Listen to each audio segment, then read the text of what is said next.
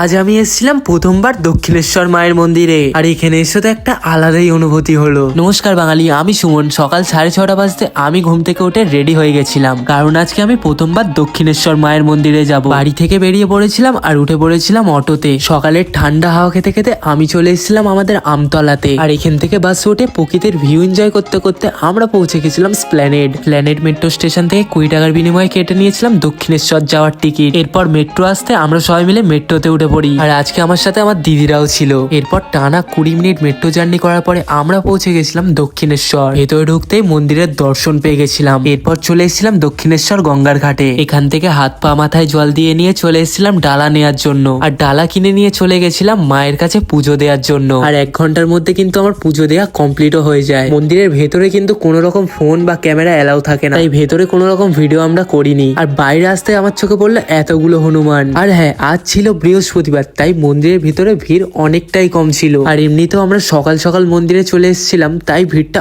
অনেকটাই কম।